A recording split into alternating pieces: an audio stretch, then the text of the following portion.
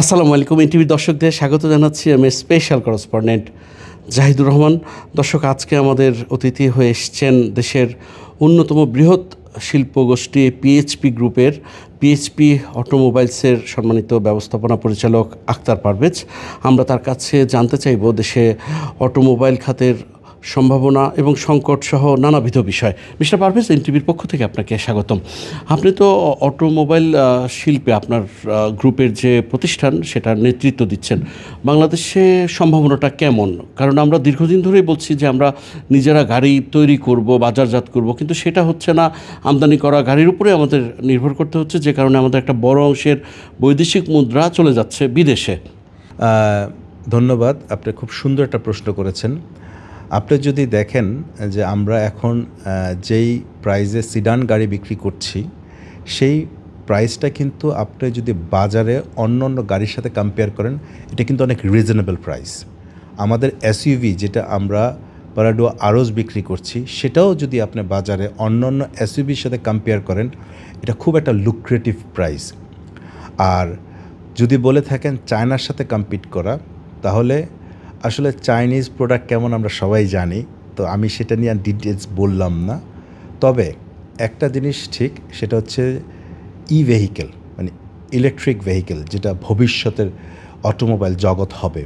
তো আপনারা জেনে খুশি হবেন, গত সপ্তাহে পারাডুয়া মালয়েশিয়াতে অলরেডি ভেহিকেল লঞ্চ করেছে।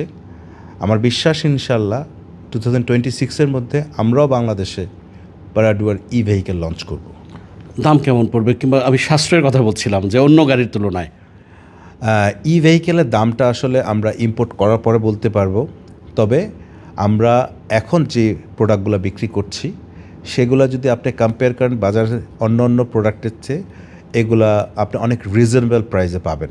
এছাড়াও আমরা কিন্তু সুদমুক্ত ইএমআই ফ্যাসিলিটি দিচ্ছি। আমাদের সম্মানিত ক্লায়েন্টরা যদি চান আমাদের কাছ থেকে ইএমআই ফ্যাসিলিটি গ্রহণ করতে, যাতে আমরা কোনো সুদ চার্জ করছি না। এই মুহূর্তে চ্যালেঞ্জগুলো কোথায়? মানে বাংলাদেশে অটোমোবাইল খাত বিকাশের ব্যাপারে আপনাদের মতো উদ্যোক্তাদের চ্যালেঞ্জগুলো কোথায়? আসলে অটোমোবাইল তো একটা, আমি মনে করব বাংলাদেশের জন্য অনেক একটা চ্যালেঞ্জিং ইন্ডাস্ট্রি। গার্মেন্টস ইন্ডাস্ট্রিতে আমরা যদি দেখি যে ব্যাংকিং থেকে শুরু করে লজিস্টিক্স, সব অ্যাক্সেসরিজ, সব ধরনের সাপোর্ট কিন্তু অলরেডি গড়ে উঠেছে। বাট অটোমোবাইলের জন্য কিন্তু সব ধরনের সাপোর্ট এখনও গড়ে ওঠেনি।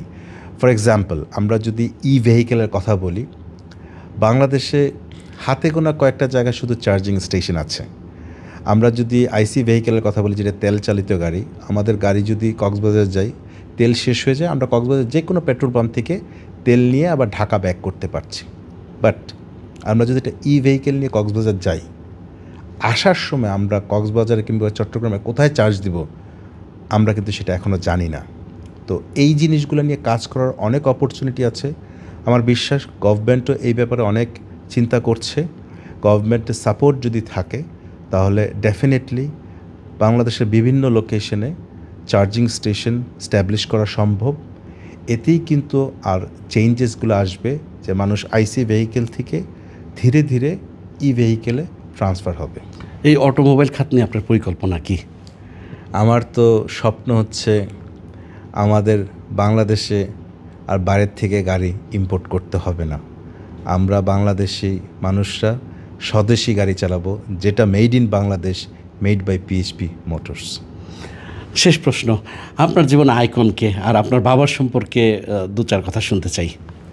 আনডাউটেডলি আমার আইকন, আমার স্পিরিচুয়াল লিডার, আমার বাবা আলহাজ সুফি মোহাম্মদ মিজানুর রহমান, যার থেকে আসলে আমি এভরিডে অনেক কিছু শেখার সৌভাগ্য হয়। He himself is an institution. ওনার থেকে আসলে আমরা যেই জিনিসগুলো শিখি এভরি স্টেপে, এটা ইউনিভার্সিটিতেও পড়ানো হয় না। তা আমি নিজেকে অনেক সৌভাগ্য মনে করি যে আমি প্রতিদিন কাজ করি আলহাজ সুফি মোহাম্মদ মিজানুর রহমান সাহেবের মুখে হাসি দেখার জন্য, এবং আমি ফাকার ফিল করি যে আমি ওনার সাথে কাজ করতে পারি। বাবার কোন কথাটা আপনার জীবনে চলার প্রেরণা? Divine blessings mixed with hard work back bye good intention can make miracles. আপনাকে অসংখ্য ধন্যবাদ। দর্শক, এতক্ষণ আমাদের সঙ্গে ছিলেন পিএইচপি অটোমোবাইলের ব্যবস্থাপনা পরিচালক আখতার পারভেজ। নিশ্চয়ই আগামীতে নতুন কোনো অতিথি নিয়ে আবারও চেষ্টা করব আপনাদের সামনে হাজির হতে। ততক্ষণ পর্যন্ত সবাই ভালো থাকবেন, সুস্থ থাকবেন, এনটিভির সঙ্গেই থাকবেন। আল্লাহ হাফেজ।